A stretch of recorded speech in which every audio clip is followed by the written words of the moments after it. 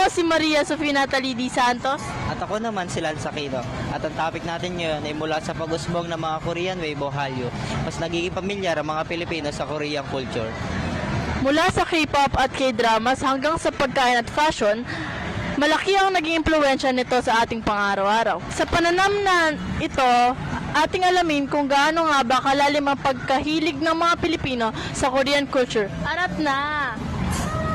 Hi, good day! Nandito po kami. Mag-i-interview po kami upang tanungin sila kung gaano po sila kapamilyar sa Korean culture. Una po sa lahat, ano po yung pangalan nyo at saka po yung edad nyo and then yung hobbies nyo po? Hello, I am Janine Angeles and I'm 18 years old and my hobbies are dancing and cooking. Ano po ang pangalan nyo? Julie Cruz Liwatan, Ano po ang edad nyo? 45 years old. At ano po ang pinagkakabalaan nyo ngayon? Ito yung sa TA. Ano po pangalan nyo, edad, ano po ang pinagkakabalaan nyo ngayon?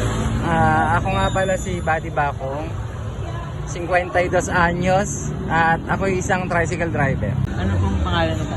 Danny Del Rosario, Ilang taon po? 61. Ano pong pinagkakabalaan nyo ngayon? Wala na, retired na ako eh. Unang tanong po, maaari po ba kayong magbanggit ng 3 K-pop idols, 3 K-dramas, and 2 Korean word na po na alam nyo? Okay. 3 K-pop idols, Park Jimin, John Jungkook, and Jisoo. And Yung 3 K-dramas po? 3 K-dramas, Goblin, Kingdom, and True Beauty.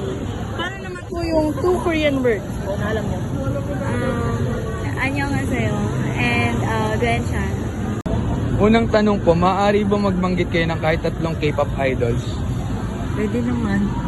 Si Jungkook, si Jimin, at saka si RM. At saka 3 K-dramas po.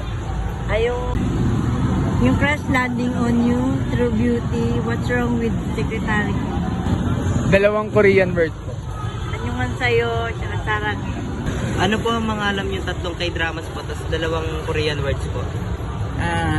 Sa K-drama, Squid Game, All Sudden, yung Kingdom, Tsaka 2 Korean words po. ano nga sa'yo, saka yung Sarang Sige po, Koreano. Unang tanong po, maaari po ba kayo magbanggit kahit 3 K-pop idols, 3 K-drama? Jinsu, Jenny, at saka si Lisa. Crash Landing, It's Okay Not to Be Okay, True Beauty. Magbigay po kayo ng 2 Korean words. Ano sa'yo? Ayun sa ano? Sarange. Gaano po ba kayo kadalas na tumatangkilik sa Korean culture? Hindi ganun eh.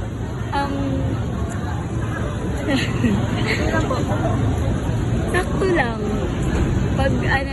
Kapag feel ko lang na manood po na. Oo, kapag feel ko lang K-drama, ayun. Gaano po ba kayo kadalas na tumatangkilik sa Korean culture? Hindi masyado. Pero minsan kasi pag nanonood yung anak ko, yun, napapanood na rin ako. Gaano po ba kayo kadalas tumatangkilik sa Korean culture? Pagka nagkakaroon ako ng time na umuwi para magpahinga, yun, na i-open ko yung TV namin, yun, nakakapanood.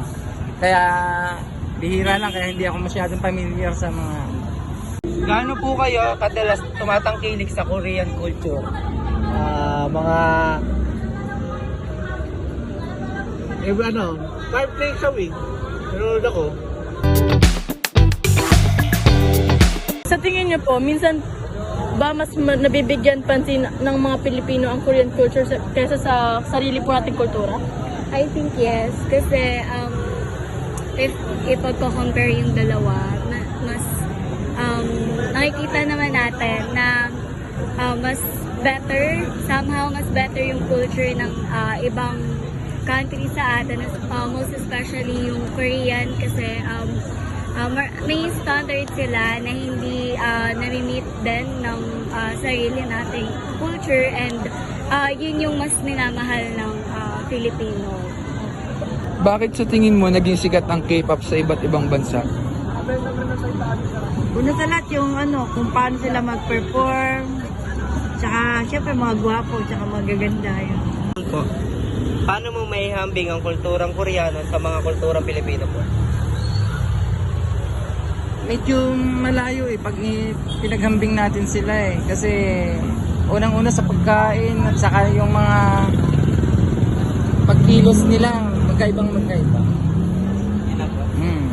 Paano po ipinapakita ng mga Koreano ang paggalang sa kanilang kultura at tradisyon? Bobate.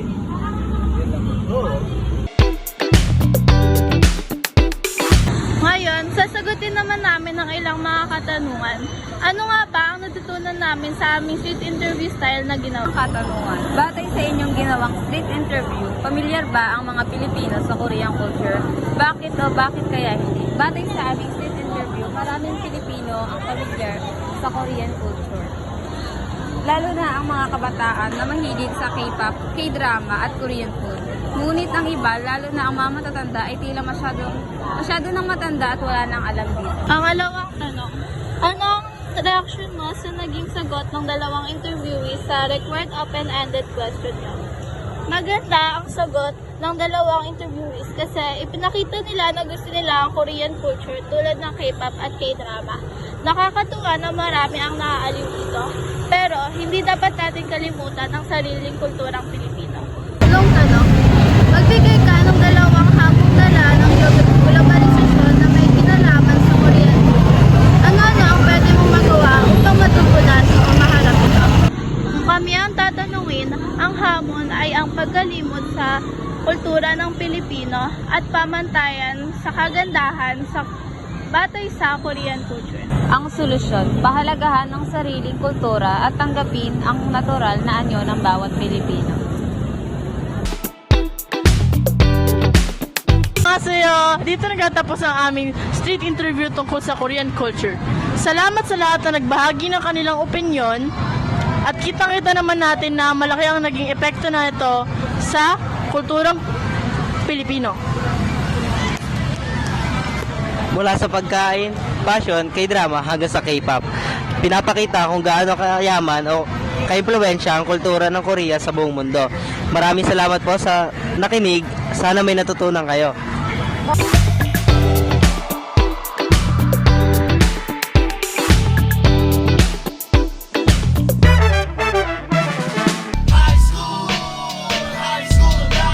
Lagi na lang late, ang dami ko ng absent. Minsan lang pumasok, wala pa akong assignment.